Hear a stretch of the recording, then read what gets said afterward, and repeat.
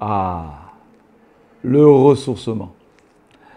On va revenir sur Élie et le moment où Dieu vient lui redonner du souffle. Et où il y a quelque chose de profond qui se passe et c'est tellement fort. Je vais le relire. Nous sommes dans 1 Roi 19 toujours. Enfin, après le feu, ce fut un bruissement ou un murmure doux et léger. Dès qu'Élie l'entendit, il se couvrit le visage d'un pan de son manteau et sortit se placer à l'entrée de la grotte.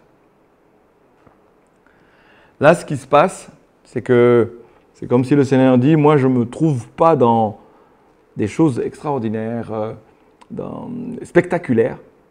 Je veux te rencontrer dans quelque chose qui est dans de l'intime, dans ce qui est doux, dans ce qui est où tu es sensible, où ton oreille est sensible, où ton cœur est sensible. Et là, il y a un souffle, un murmure, quelque chose de très léger.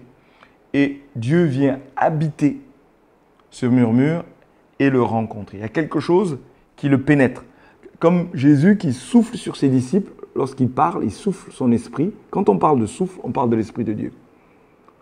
Là, c'est l'Esprit de Dieu qui murmure à Élie. Et dans le murmure, il y a la vie, il y a la vie de Dieu, le souffle de Dieu, hein, ce fameux souffle qu'on retrouve à la Genèse. C'est un souffle, comme quand il a soufflé sur les narines et que Adam est devenu une âme vivante. C'est le même souffle. La vie vient dans la rencontre de Dieu. Le repos, la récréation, la relation et le ressourcement.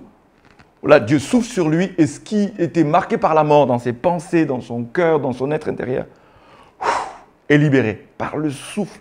Parce qu'il est rendu attentif à cela et là, il se prosterne. C'est-à-dire, d'un coup, il y a quelque chose qui se courbe en lui. Tout ce qui était découragé se courbe devant Dieu dans l'adoration. Et il a conscience que Dieu est là. Et que Dieu est là dans la prise de soin. Dieu est là pour le rencontrer. Dieu est là pour le renouveler. Ceux qui s'appuient sur le Seigneur renouvellent leur force. Les ressources sont redonnées pour marcher et ne point se fatiguer, comme Ésaïe 43 nous dit. Et c'est à ce moment-là que ça se passe. Il y a quelque chose, il y a une connexion de Dieu, il y a une visitation de Dieu. Et dans nos vacances, c'est tellement important qu'il y ait ces moments-là sur la montagne, où on peut vivre de nouveau la visitation, ou de nouveau où on sent la présence de Dieu. Et pour autant, la fatigue a été là, plein de choses sont là, mais à un moment, tout est organisé, ou en tout cas, les étapes sont là pour qu'il y ait une rencontre avec Dieu, où il peut nous parler, où on est rendu capable d'entendre ce qu'il a à nous dire. Et il nous renouvelle. Et Dieu aime nous faire du bien. Il prend plaisir en nous. En fait, nous avons tellement à lutter contre une image de Dieu qui va corriger. Parce que franchement, il y aurait de quoi dire. À quel moment il y a eu finalement un reproche? S'il en est arrivé là, il y a une brèche dans sa vie, on pourrait en faire. Hein. On est des champions comme pour Job, pour trouver les raisons, le comment de pourquoi tu en es arrivé là.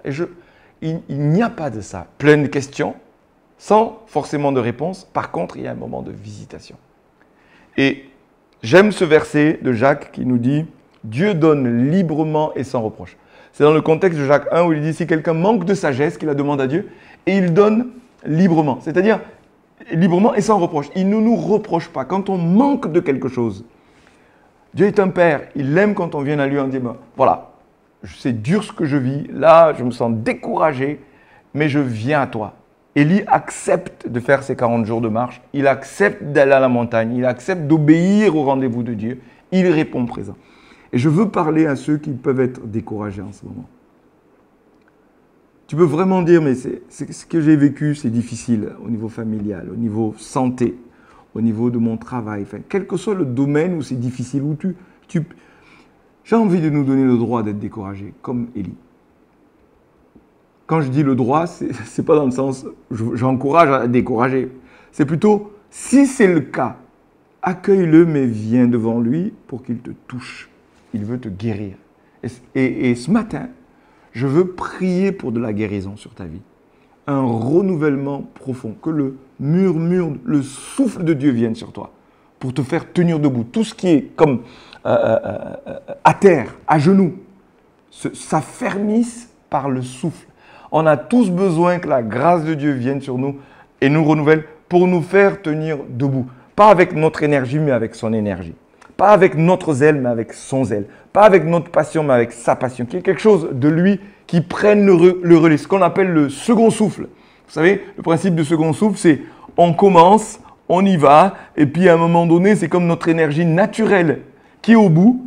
Et puis parce qu'on persévère, à un moment donné, il y a un relais, on a un regain, un second souffle qui vient et qui nous permet d'aller jusqu'au bout de la course. Eh bien, ce second souffle, c'est le souffle de l'Esprit de Dieu qui vient sur lui. Et un murmure doux, c'est simple, mais ça vient sur nous. Et c'est une énergie d'en haut pour continuer la course. C'est une énergie d'en haut pour continuer le travail et retrouver le plaisir. C'est le fameux turning point, c'est-à-dire il était en train de descendre, pour moi c'est à ce moment-là, il descend, puis boum, Dieu le rencontre et le relève et l'amène à considérer l'avenir, même à lire la situation différemment. Et à ce moment-là, il perçoit la présence de Dieu et il adore. Il sortit et se plaça à l'entrée de la grotte. Et puis à ce moment-là, Dieu continue de lui parler. Et lui repose encore cette question pour descendre au plus profond du pourquoi il en est arrivé là. Et j'aime Dieu pour cela. Au moment où on est sur ce thème, j'ai juste envie qu'on prenne un temps de silence pour l'écouter, pour l'accueillir. Pas juste entendre une parole humaine, mais entendre sa parole. Comme Élie a entendu sa parole.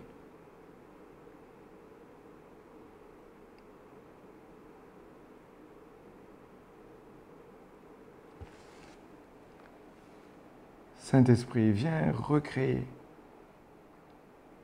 comme lors de la création, et que la terre était informe et vide. Je prie pour tous ceux qui se sentent comme une terre informe et vide, tohu-bohu, quelque chose qui est en chaos, qui est une régénération, une recréation. Toi qui te mouves au-dessus des eaux, crée l'harmonie là où il y a le chaos, au nom de Jésus. Par ton souffle, par ta lumière, par ta vie. Transmets, transfère cette énergie d'en haut, cette beauté, cette harmonie, que tout ce qui est comme brisé soit réconcilié maintenant par l'œuvre souveraine de ton esprit. Nous sommes ton ouvrage. Tu nous transformes de gloire en gloire. Et je prie que la puissance de Dieu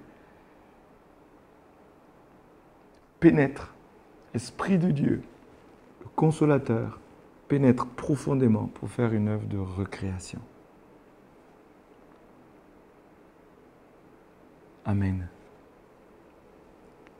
Dans ces vacances, le Saint-Esprit peut utiliser beaucoup de choses pour nous rencontrer ainsi. Alors ici, c'est la montagne, c'est Horeb, il y aurait beaucoup de choses à dire là-dessus, mais pour nous, un livre peut être une occasion de permettre à Dieu de nous parler.